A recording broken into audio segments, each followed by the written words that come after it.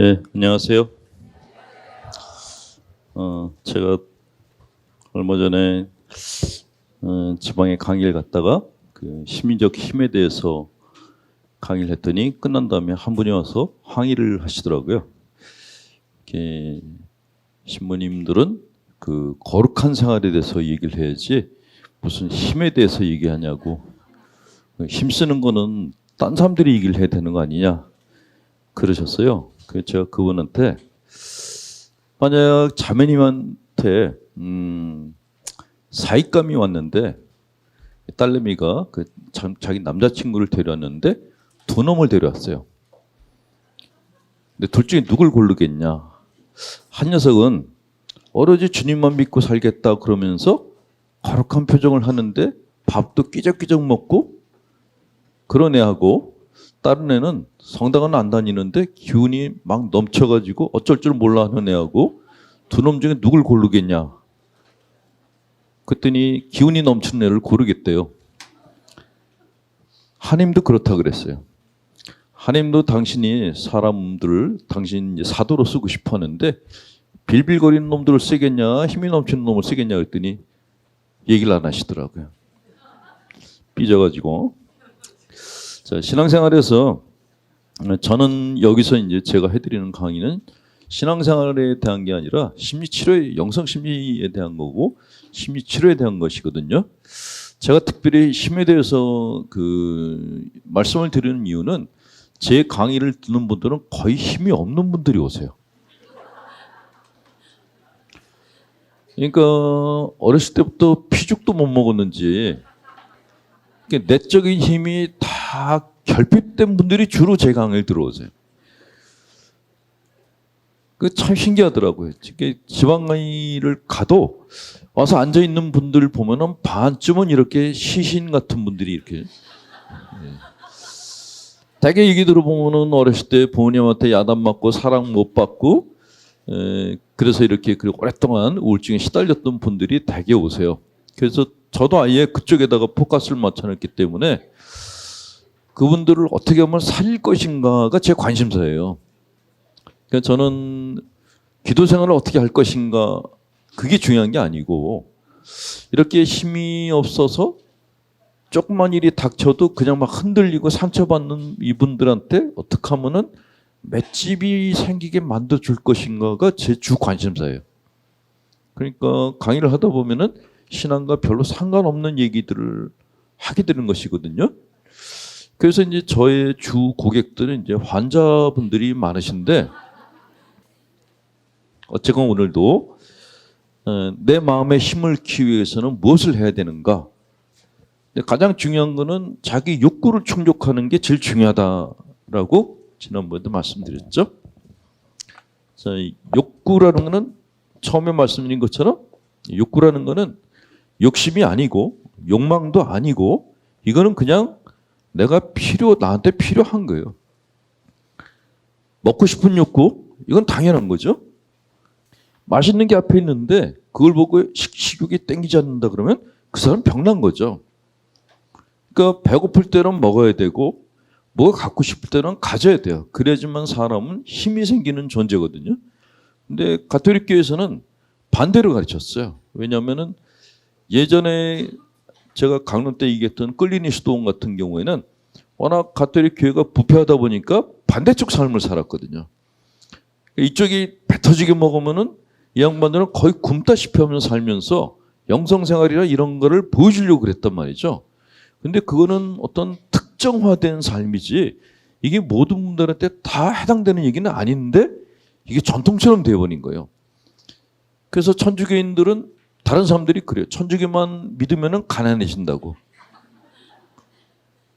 당연하죠. 신부들이 강론 때마다 가난하게 살라고 막 그러니까 신자분들이 돈을 벌면서 죄책감을 느끼는 거예요. 예전에 그런 분들이 있었거든요. 사업해서 돈을 버신 분들이 있는데 죄책감이 느껴진다는 거예요. 부자가 하늘나라 가기는 뭐 낙타가 바늘길 통과하기보다 더 어렵다라고 본당 시부님이 그러면서 돈 많이 가진 것들은 천당에 못 가 그랬다는 거예요.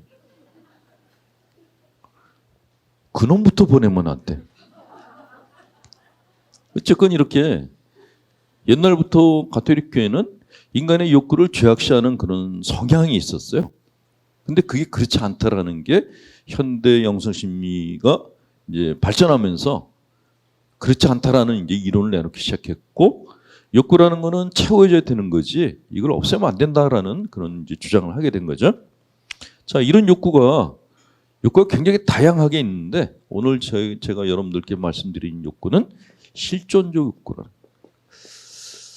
뭐 단어는 어려운데 간단하게 말하면 신을 구하고 싶은 마음하고 내가 누구지?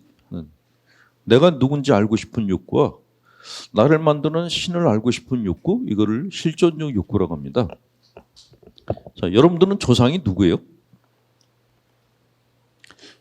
나는 자기 조상이 원숭이라는 걸 굳건히 믿는 사람. 진화론에 의하면은 원숭이가 우리들의 조상이라고 얘기했어요. 그거 믿는 분. 이렇게 선대 올라가면 결국 원숭이들이 있을 거다라고 믿는 분.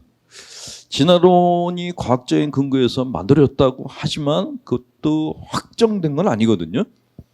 근데도 그래서 이제 가톨릭 교회하고 그 진화론자들하고 지금도 이제 싸움을 하고 있는데, 가톨릭 교회는 이제 처음부터 지금까지 하나님께서 흙으로 아담과 하와를 빚었고 그로부터 인간의 역사가 시작됐다. 그리고 진화론자들은 그거는 신화고 실제로는 우리는 원숭이로부터 진화된 존재다라고 얘기를 합니다. 그런데 나의 근원이 어디부터 비롯되었는가 하는 거를 생각하는 게 굉장히 중요해요. 뭐 옛날 분들이 그러잖아요. 이렇게 저희 뿌리도 없는 애라고. 그러니까 인간은 자기의 뿌리가 깊고 그 뿌리가 건강할수록 지금의 내가 건강해질 수가 있어요. 그래서 나는 누구이고 나의 근원은 누구인가 하는 것을 아는 게 굉장히 중요한데, 저는 인간의 근원은 원숭이가 아니다라고 생각해요. 원숭이가 아니고 별이라고 생각해요. 우리가 노상 노래 부르잖아요. 저 별은 내 별. 옛날에 옛날 구닥다리 연애를 할 때는 뭐 저 별을 따서 너를 줄게, 뭐 네 눈에 별이 있어, 이런 작업 멘트를 썼는데, 근데 지금도 제가 가끔 이제 수도원에 들어가서 피정을 하는데, 수도원은 밤만 되면은 정말 강산이에요. 그래서 많은 분들이 무섭지 않냐 그러는데, 시골의 밤하늘을 한번 보세요. 정말 별들이 너무나 이쁘게 박혀 있는 게 보이는데 그 별을 보면서 아주 묘한 느낌이 생겨요. 꼭 내 고향 같다라는 느낌이 드는 거예요. 별에 대해서는 구약, 신약 또 옛날 고대 국가에서도 별에 대해서 굉장히 많은 언급을 하고 있고, 별이 얼마나 중요한지 점성술까지 만들 정도였고, 예수님을 찾아 나섰던 동방 박사들 같은 게 베들레헴의 별을 찾아 나섰다 그랬잖아요. 그분들을 우리는 그냥 간단하게 점성술사라고 그렇게 얘기하는데, 그냥 점 보는 사람들이 아니고 그 당시 국가의 앞날을 별을 보고 점을 치는 굉장히 중요한 역할을 했던 사람들이었던 거예요. 근데 그 당시 사람들이 왜 그렇게 별에 대해서 집착했을까? 어떤 과학자들이 바닷물을, 지구상에 있는 바닷물이 줄지 않는 이유를 설명을 했는데, 운석 때문에 그렇다라는 이론을 내놓은 사람도 있었어요. 그러니까 우리가 모르는 사이에 굉장히 많은 별들이 바다에 떨어지는데 그게 바닷물의 근원이 된다라는 거예요. 근데 더 중요한 거는 이 바닷물을 구성하는 물질하고 인간 몸을 구성하는 물질하고 비슷하대요. 그래서 그분들 얘기는 뭐 이거는 딱 맞는 가설은 아니겠지만, 그분들 얘기로는 인간이 진화가 시작된 거는 원숭이가 아니고 바다고, 그 바다는 별에서 왔다. 그래서 인간의 근원은 별이다라고 얘기를 해요. 그래서 동방 박사들이 베들레헴의 별을 보고 찾아갔고, 예수님을 갖다가 은유적으로 표현할 때 별에다가 표현하고, 성모님을 표현할 때에도 별이라고 표현하고 그랬던 것이다 라고 얘기를 하는데, 그거 되게 마음에 들더라고요. 정설인지 가설인지 모르겠지만 한번 느낌을 가져보세요. 나는 원숭이의 후손이야 라고 생각할 때하고 나는 별에서부터 왔어 라고 생각하는 거하고 같은 느낌일까요? 전혀 달라요. 전혀 달라. 자, 우리의 실존적인 욕구는 뭐냐? 내가 별이라는 것을 입증하는 과정을 실존적인 욕구다라고 얘기를 합니다. 자, 내가 믿는 신은 별이라는 거죠. 정말 별같이 빛나는 분이다 라는 그런 관념을 갖는 게 되게 중요하다라고 해요. 이게 왜 중요하냐면 일단 좀 읽어드리고, 자, 실존적인 목표를 향한 욕구를 충족하는 게 중요하다. 이거를 우리는 영성생활이다라고 얘기를 합니다. 많은 분들이 영성생활 그러면 하루 종일 기도하고 뭐 희생하고 그런 걸 생각하시는데, 사실은 영성생활의 근본적인 건 그게 아니에요. 그게 아니라 내가 누구인가, 내 뿌리를 찾는 과정이란 말이죠. 이렇게 내가 누구인가를 찾는 이 과정, 신과 나와의 관계성에 대해서 물음을 던지는 삶은 우리가 살아가는 데 나침반 역할을 한다. 실존적인 목표를 만들어준다.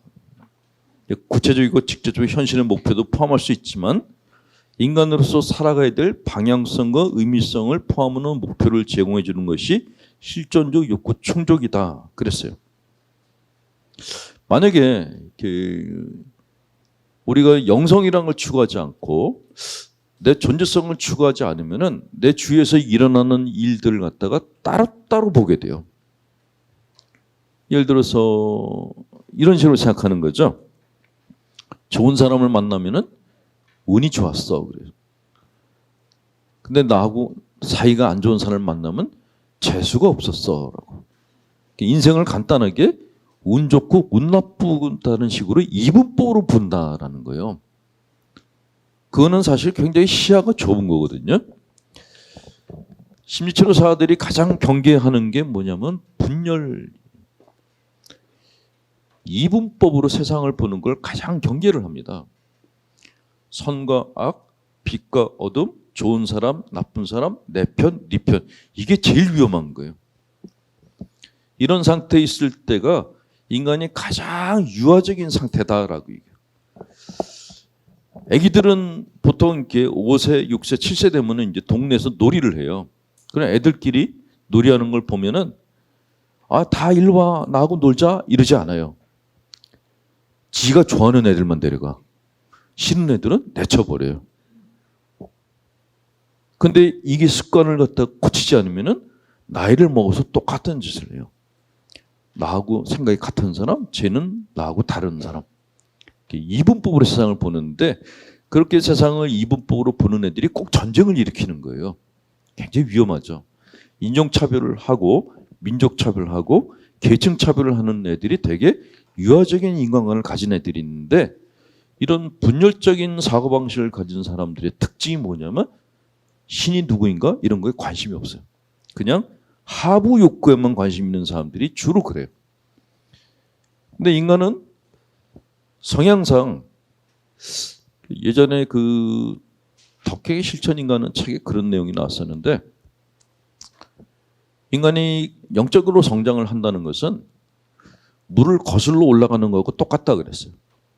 쉽지가 않은 거예요. 근데 우리는 불편한 걸 싫어하는 존재들이거든요. 조금이라도 편안하게 살려고 하는 존재이기 때문에 애써서 뭐 하는 거에서 의미가 없으면 안 해요. 근데 문제는 내가 안 하고 손을 놓고 있는 게 그냥 제자리에 있는 게 아니라 다시 거꾸로 내려가 버리는 거예요. 퇴행현상이 일어나는 거란 말이죠. 그런 퇴행현상이 가장 극심하게 나타나는 게 바로 세상을 이분법으로 보는 거예요. 쟤는 뭐가 안 좋고 내 마음에 안 들고 얘는 내 편이고, 그러니까 내 편, 네 편 가르는 어른들은 굉장히 유아기적이고 분열증적인 그런 정신세계를 가지고 있다. 굉장히 위험하다라고 보시면 돼요. 이 대표적인 녀석이 히틀러였죠. 히틀러는 이분법으로 모든 걸 봤죠. 근데 요새 히틀러의 후예들이 여러 놈이 나왔어요. 누구라 그러면 또 난리를 칠까 봐 그냥 미국에 모시기 하고 중국에 모시기 하고 홍콩을 갖다가 막 두들겨 팼던 시 모시기란 놈하고, 어쨌거나 이건 이렇게 분열증자들이 요새는 여러 놈이 나와가지고 권력을 잡고 세상을 갖다가 분열을 시키려고 하고 있단 말이죠. 근데 굉장히 위험한 그런 시도들을 하고 있어요. 근데 이런 퇴행적인 현상을 막는 방법이 뭐냐? 영성적인 욕구를 키우는 수밖에 없어요. 근데 현대에 들어와가지고 중세 때는 그 철학자들이 그런 얘기를 합니다. 그리스 시대 때는 자연이 중심이었다고요. 그리스 시대 때는 자연을 신처럼 섬겼어요. 그러다가 그리스 시대가 끝나고 중세에 들어와 가지고는 신중심 시대가 됐죠. 그리스도교가 중세 문화권을 갖다가 지배를 하면서부터 오로지 하나님만 믿는, 그러니까 성당을 중심으로 모든 문화가 형성되는 신중심 사회가 생겼어요. 근데 이렇게 신중심 사회가 타락을 하면서 그다음에 르네상스 혁명이죠, 진짜. 그러면서 인문주의가 들어오기 시작하고 인간 중심 사회가 됐어요. 인간이 굉장히 합리적이고 그리고 논리적이고 그럴 거다라는 이성을 갖고 있는 존재다라고 생각했는데 인간 중심 사회가 되면서부터 정말 큰 전쟁들이 일어난 거예요. 그리고 사람의 머리로 해결할 수 없는 일들이 생기면서부터 인간에 대한 무력감을 느끼면서부터 다시 신을 찾는 현상이 생겼어요. 그래서 뭐 현대판 영지주의 같은 것들이 뭐 젊은이들이 이렇게 그냥 사막 같은 데 가가지고 명상하고 그런 것들이 생겼고, 그 바람에 인도에서 요기승들이 이렇게 정말 대박을 치는 사건들이 생겼는데, 그런 신중심 말고 실존적인 욕구를 충족하고자 하는 그런 풍조가 생겨난 거예요. 사람의 힘만으로 세상을 움직인다는 게 불가능하다. 그러면 무엇에 의해서 세상을 갖다 바꿀 건가? 하나님이 필요하다라는 그것이 다시 이제 대두가 되고 있는 거죠. 근데 우리가 얘기하는 실존적인 욕구는 뭐 성을 걷고 성당 나서 기도하고 이것만을 의미하는 것이 아니고, 내 안에 내 존재의 가장 가운데 있는 빈 부분을 무엇으로 채울 것인가 하는 거예요. 그거를 무엇으로 채울 것인가? 그러니까 예수님이 그래서 물었잖아요. 하나님이냐 재물이냐라고. 단도직입적으로 이렇게 물음을 던진 게 뭐냐면 네 마음의 주인을 누구로 할 것인가라는 물음을 던진 것인데, 그게 바로 실존적 욕구에 대한 질문을 던진 것이다 라고 생각하시면 돼요. 이렇게 잠이 들 깨면은 이런 식으로 강의를 하게 돼요. 이게 좀 이렇게 컨디션이 좋아야지 좀 재밌게 해드리는데, 어제 1시까지 하여간 무슨 얘기를 했는지 하여간 어마어마하게 많은 얘기를 했더니 지금 고갈이 돼가지고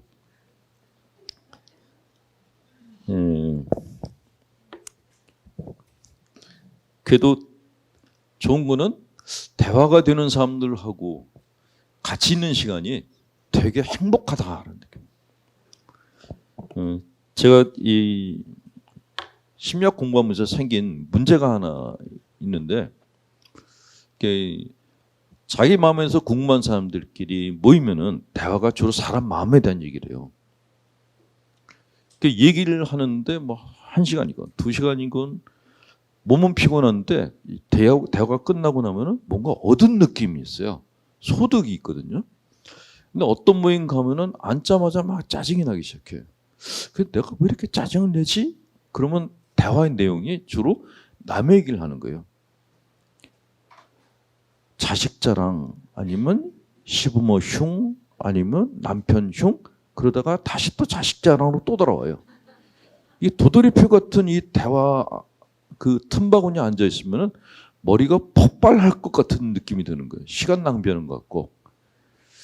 그래서 자기 마음에 대해서 이렇게 논하는 시간이 정말 즐겁다라는 걸 깨달았는데, 그래서 자꾸 사람을 가리게 되더라고요. 이렇게.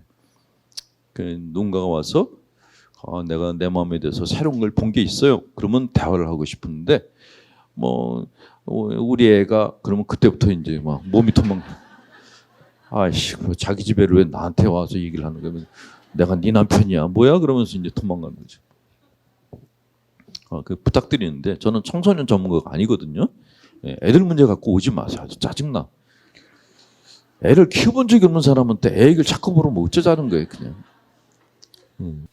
여러분들이 신을 찾아야 되는 가톨릭교에서 얘기하는 하느님이라는 정형화된 그 신 말고 내가 간절히 원하는 어떤 신을 찾아야 되는 이유가 뭐냐면은 그런 신을 찾는 삶을 살아야지 내 삶의 수준이 올라가요.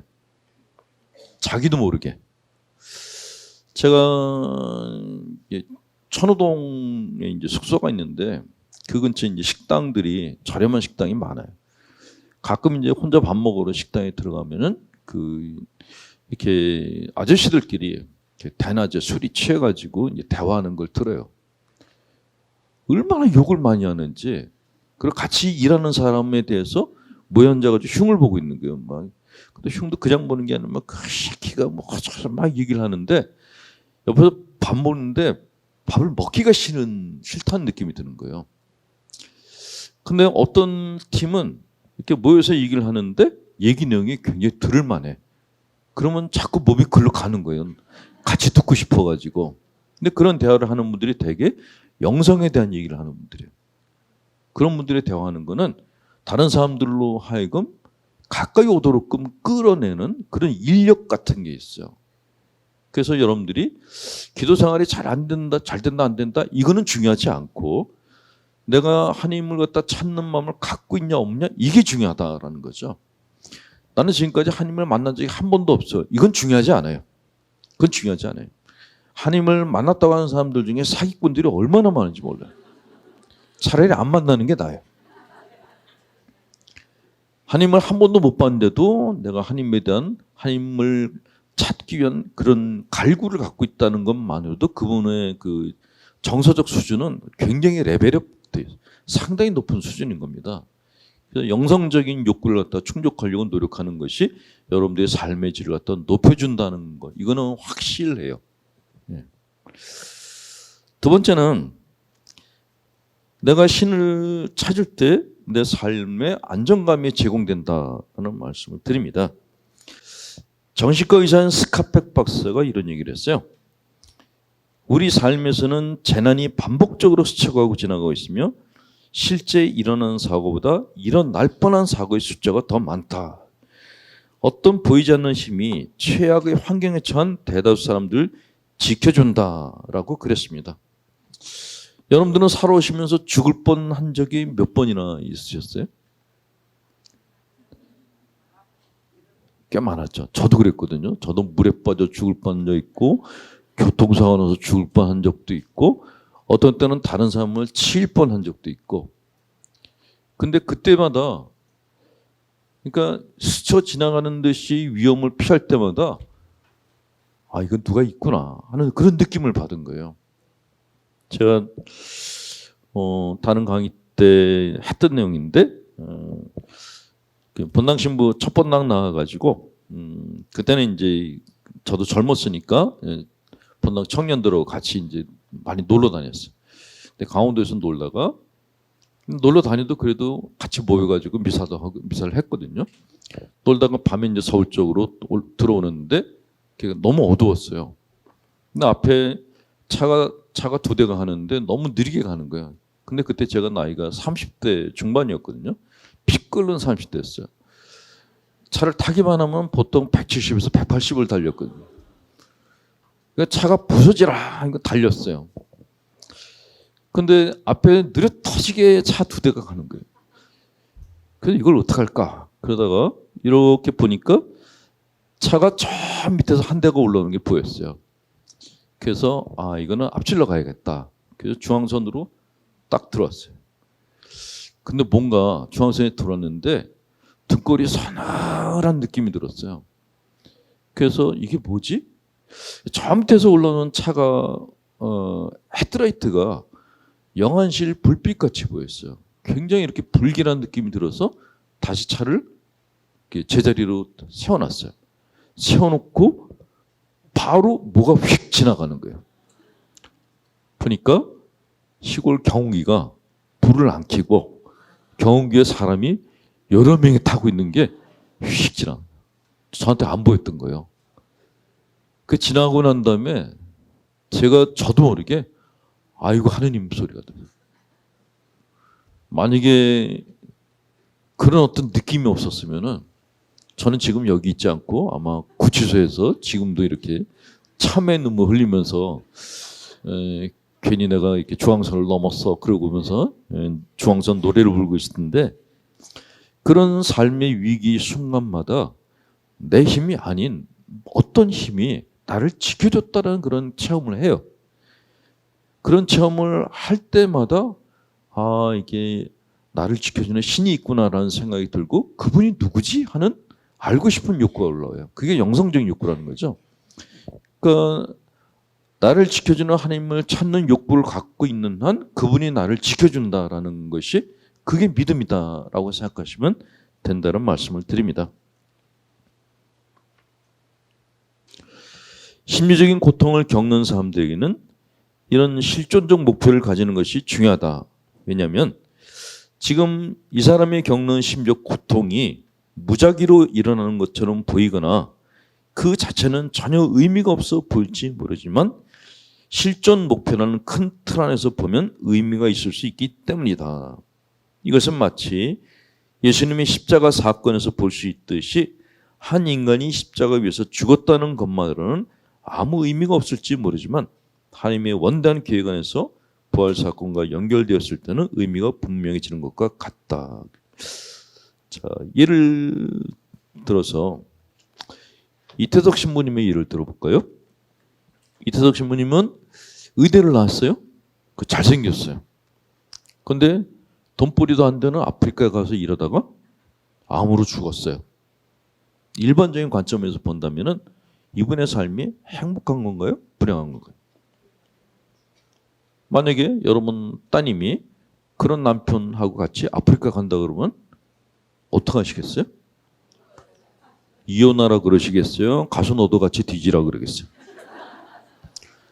엄마 입장에서는 당연히 떠말렸을 거예요. 당연히. 우리는 보통 그 성가정에 대해서 성가정을 본받자라고 얘기를 합니다. 근데 인간적인 관점에서 성가정을 한번 생각해 보세요. 아빠 요셉은 공처가였어요. 죽을 때까지 아무 말도 못하고 살다가 그러니까 내가 낳은 애가 아닌 하느님의 아들을 갖다가 키웠고, 성모님이 동정녀라 그러니까 돌아가실 때까지 부부관계를 한 번도 못 하셨다는 거겠죠? 만약에 여러분 아들이 요셉 성인같이 산다 그러면은 어떻게 하시겠어요? 우리 아들이 장가를 갔는데 처녀가 낳은 아들을 갖다가 키우고 부부관계도 못해. 근데 벌어먹이고 있어. 그러면 엄마 입장에서 가서 기도를 해주겠어요? 아니겠죠? 그러니까 교회에서는 요셉 성인을 성인으로 우대를 해드리지만 인간적인 관점에서 볼 때는 아닌 거예요. 성모님은 어떻습니까? 성모님은 아들을 먼저 보냈어요. 그것도 아들이 죽는 장면을 눈앞에서 봐야 됐어요. 그러니까 성모 칠고라는 말이 있잖아요. 박복한 여인이었던 거예요.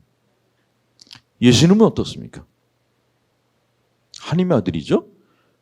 근데 보좌 신부 나이 때 죽었어요. 33살이면 보좌 신부 나이에요. 보좌 신부. 젊은 보좌 신부가 그 당시 어른들하고 맞대거리 하다가 십자가형에 처해서 죽었어요. 그것도 엄마가 보는 앞에서. 이거를 바깥 사람들이 볼 때는 콩가루 집안이라고 보는 거예요. 그런데 우리는 이 집안이 콩가루 집안이 아니고 성가정이라고 합니다. 왜요? 이 세 분이 갖고 있는 존재 의미가 있다라는 거죠. 이 세 분의 삶은 인간적으로 볼 때는 불행했어요.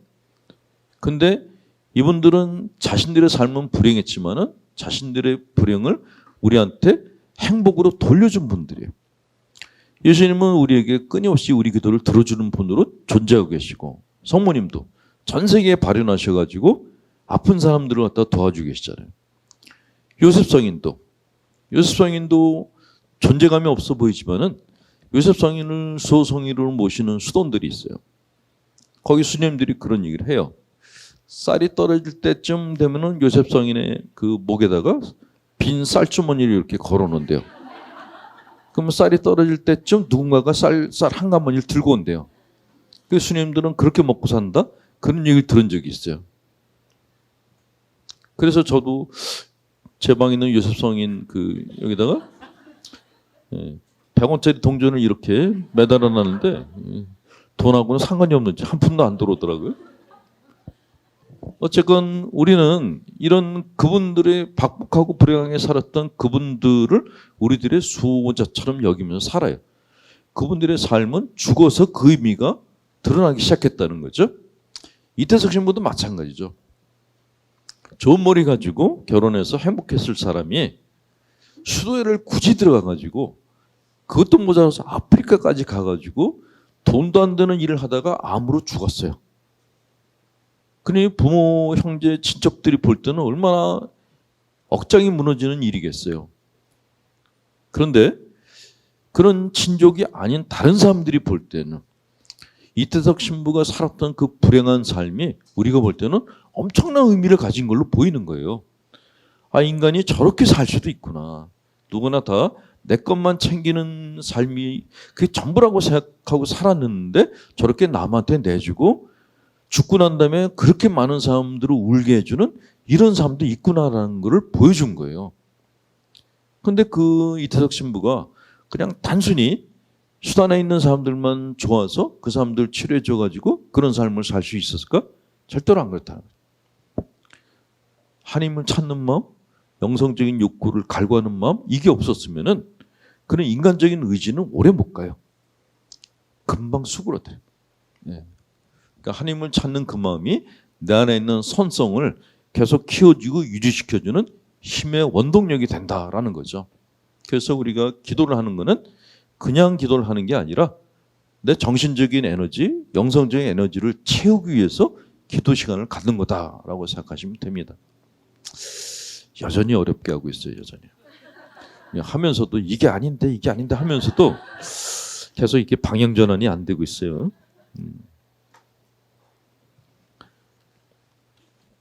자, 세 번째 얘기. 자, 영성생활은 탈바꿈이다라고 생각하십니다. 어떤 엄마가 그 아들 얘기를 하면서 그 집 아들이 되게 잘생겼어요. 옷도 잘 입고. 그래서 그 자매한테 아드님이 정말 훈남이에요. 그랬더니 그 자매가 코웃음을 치면서 신부님이 우리 아들이 껍질을 벗는 걸 못 보셔서 그래요. 그러더라고요. 네, 집에 있으면은 일단 애벌레래요. 이불로 둘둘 말고 있대요. 근데 외출할 때 이 껍질을 하나씩 벗는데요. 이렇게 이불 벗고 내복 벗고 뭐 벗고 차례차례 옷을 놔두고 나갈 때는 뺀지름하게 하고 나간대요.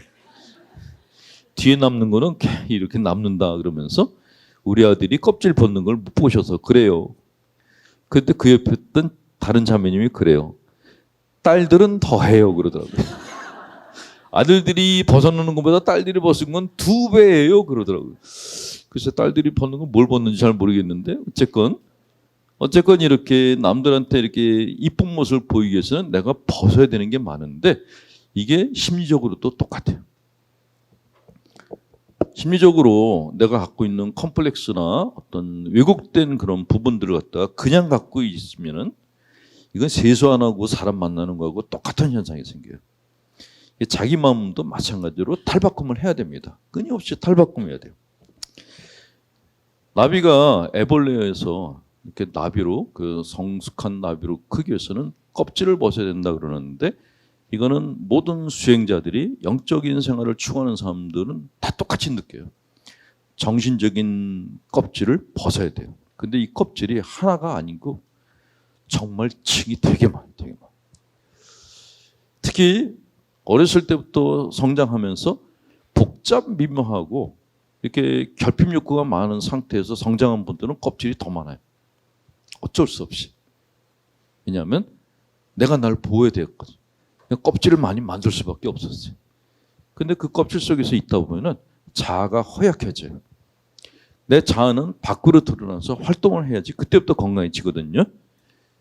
몸이 약한 사람들은 여름에도 둘둘 말고 살아요. 춥다고. 근데 건강한 애들은요. 겨울에도 반바지 차림으로 다녀요. 옷에 걸치는 게 없는 사람일수록 몸이 튼튼한 사람인 거예요. 나이 들면은 계속 걸치는 거예요. 부활신앙이라는 게 있거든요.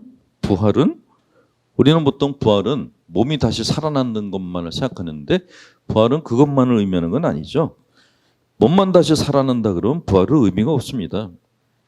그러니까 부활은 육신의 죽음을 통해서만 얻어지는 게 아니라 정신을 뒤덮은 수많은 껍질을 벗을 때마다 하나씩의 부활이 일어난다는 거죠. 정신적인 껍질을 벗는 순간에 심리치료사들이 공통적으로 얘기하는 게 있어요. 내가 내 껍질을 벗는 순간은 어떤 통증 같은 게 오는데 그게 가시고 나면은 라는 느낌이 온다는 거예요.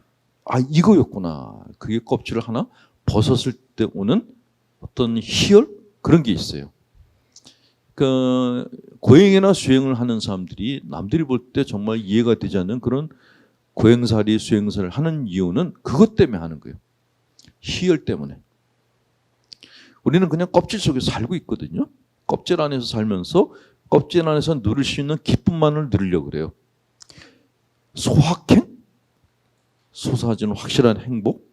이게 사실 껍질 안의 행복이에요. 근데 정말 큰 행복을 누리는 사람들은 작은 행복을 포기해야 돼요. 근데 그 껍질을 벗고 난 다음에 내가 느끼는 희열은 이게 작은 희열하고는 비교가 안 되는 그런 만족감, 충족감을 얻을 수가 있어요. 그래서 그런 걸 체험한 사람들은 자꾸 산으로 기들어가는 거예요. 혼자서 도 닦으려고. 마치 애벌레가 나비가 되듯이 우리 삶에서 정신적 부활은 정신적 껍질 벗기는 매일 일어날 수도 있습니다. 그렇다면 이 껍질 벗기는 어떻게 되는가? 역할로서의 나를 잠시 내려놓고 나는 누구인가 하는 질문을 하는 시간을 가져야 됩니다. 보통 우리가 살아갈 때는 나로 산다고 하는데 실제로는 역할로서의 나를 살죠. 다른 사람들이 나를 부를 때 홍신부님 그렇게 불러요? 그러면 나는 신부라는 역할을 하고 있는 거예요. 제가 신자분들 만났을 때는 성질 안 부려요. 그냥 온화한 미소를 띠려고 애쓰고 가능하면 화를 안 내려고 그러고 가능하면 고급언어를 쓰려고 그러고 그래요. 근데 그거는 역할을 하고 있는 거죠. 그럼 그 밑에는 나는 누구죠? 성질이 까칠하고 욕도 잘하고 사람 차별하고 피곤한 건 절대로 안 하는 굉장히 이기적인 내가 밑에 있는 거예요. 근데 우리는 이렇게 살면은 욕을 바가지로 먹으니까 역할을 수행을 하는데 문제는 이 역할을 수행하는 동안에 굉장히 많은 에너지 소모가 일어난다는 거죠. 역마살이 심한 처녀가 몇 시간 동안 5곳에 앉아 있어 봐요. 온몸에 경련이 일어나기 시작합니다. 이게 심리적으로도 똑같다는 거예요. 그러니까 역할을 한다는 거는 쉽지 않은 일이에요. 그런데도 우리는 사회적인 어떤 분위기 때문에 역할로서의 내가 중요하다라는 인식을 갖고 있어요. 특히 요즘같이 SNS가 발달돼가지고 뻑하면 두들겨 맞고 악성 댓글이 붙는 시대에는 역할극을 할 수밖에 없는 거예요. 자기를 다 드러냈다가는 매장당하니까. 근데 문제는 그렇게 살다 보면은 내가 누군지를 몰라요. 엄마들이 그런 얘기 많이 하잖아요. 그 주부들끼리 모여서 부를 때 누구누구라고 이름 안 부르고 누구 엄마라고 부르잖아요. 자기들끼리 서로 누구 엄마 그래요. 나는 없는 거예요. 예전에 어떤 할머니가 그런 얘기를 하셨어요. 나는 평생 내 이름으로 불리는 적이 없었다고. 어렸을 때는 엄마가 그냥 이름을 안 부르고 별명을 불렀대요. 복자야, 밥 먹어라 복자야. 내 이름은 복자도 아닌데 복을 많이 받아야 된다 그래가지고 엄마가 복자야 그랬다는 거예요. 그냥 내 이름도 아닌 이름을 불릴 때보다 낯선 느낌으로 집에 가서 밥을 먹어야 됐대요. 근데 결혼하고 났더니 이제는 누구의 부인이라는 그러는 거예요. 애를 낳고 했더니 누구의 엄마가 됐다는 거예요.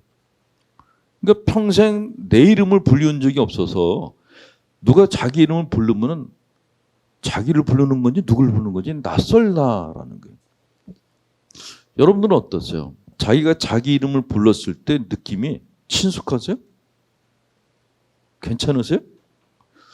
저도 오랫동안 이렇게 신부 생활을 하면서 신자분들이 저를 처음에 신부가 됐을 때는 홍 신부님 그럴 때 안 쳐다봤어요.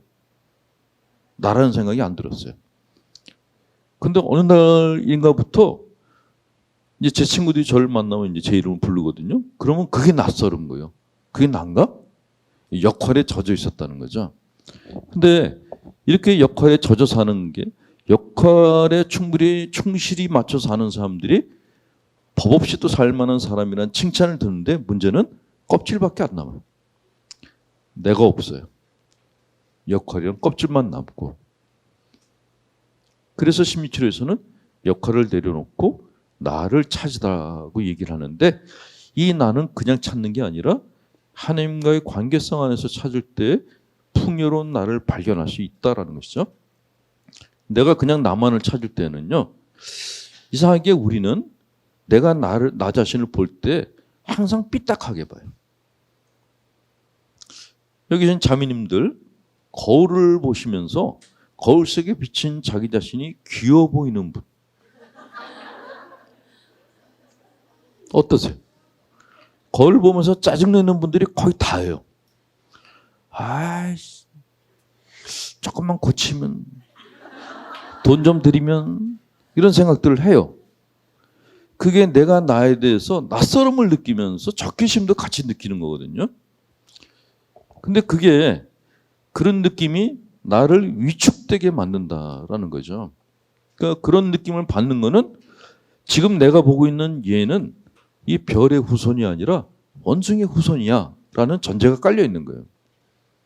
근데 하나님과의 관계에서 나를 보면은 나는 별이에요. 예수님이 그러셨잖아요. 내가 이제 너희를 종이라고 부르지 않고 벗이라고 부르겠다 그랬어. 나는 하나님의 벗이에요. 우리는 하나님의 종이라고 그래요. 종도 모자라 가지고 우리는 주님을 죽인 죄인이라고 늘 신앙 고백을 해요.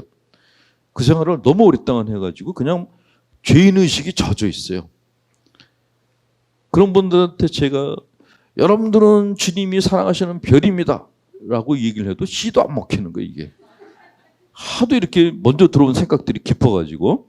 근데 그럼에도 불구하고 나를 뒤덮은 이 껍질들을 다 벗겨내고 내 안에 있는 별을 찾으셔야 돼요. 어떤 분이 그러셨어요. 가톨릭교회는 인간을 보는데 성선설로 보느냐 성악설로 보느냐라고 물어본 분이 계셨는데 이론상으로는 가톨릭교회는 인간을 갖다가 성악설 쪽으로 보고 있죠. 왜냐하면 원죄론으로 얘기하니까 성악설 쪽에 가까워요. 근데 저는 제가 상담을 하면서 많은 분들을 만나면서 어떤 생각이 들었냐 하면은 비율상으로 볼 때 인간은 선성에 가깝다라는 생각이 들어요. 악성으로 간 사람들도 있는데 그런 경우는 환경에 의한 탓이지 처음부터 이렇게 악인으로 태어난 사람은 없다라는 게 제가 경험했던 제 경험의 결론이에요. 그러니까 태어나면서부터 전과자는 없어요. 부모가 전과자였어도 그 아이가 좋은 환경에서 자라나면은 전과자의 DNA를 갖다가 제압을 할 수 있어요.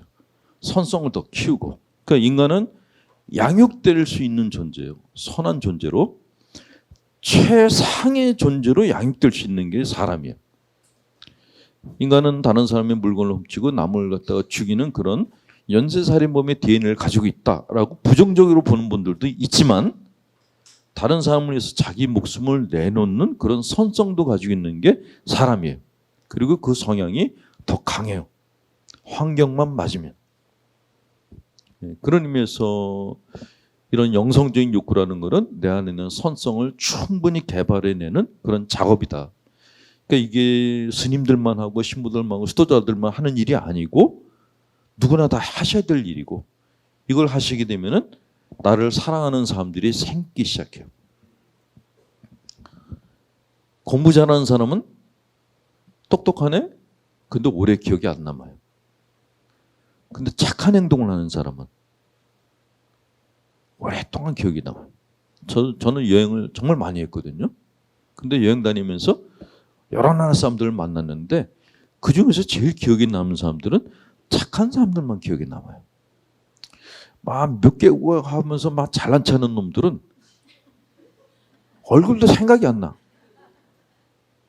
그게 아마 열등감에서 그것들을 생각하기 싫은 그런 것 때문에 생각 안 할 수도 있는 거지만 이 새끼가 난 영어도 못하는데 몇 개국을 해? 그런 이제 자격지심이 걔에 대한 기억을 갖다 그냥 매장을 시켜보는지 모르겠지만 어쨌건 길을 가는데 길을 모르는데 굉장히 따뜻하게 그냥 자기네 나라 말로 나는 알아듣지도 못하는데 자기네 나라 말로 막 설명해줬던 그런 사람들의 얼굴은 계속 기억이 나는 거예요. 아, 참 착하다. 그리고 더 중요한 거는 권력을 가진 한 사람보다 착한 행동을 한 한 사람이 자기 민족성을 대변해줘. 그러니까 어떤 나라 갔더니 정말 공무원들이 공항 공무원들이 개판 5분 전이었어요.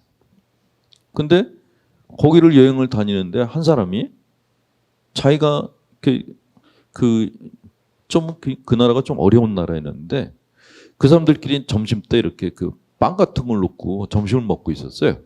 그래서 제가 이 사람들은 뭘 먹을까 궁금해가지고 가서 이렇게 들여다봤어요. 이게 여행을 많이 하면 좀 뻔뻔스러워져요. 그냥 줄렁줄렁 가가지고 이렇게 들여다봤어요. 근데 그 영감님들이 이렇게 먹다가 이렇게 절 쳐다보더니 어디서 왔냐? Where do you come from? 그래요. 코리아.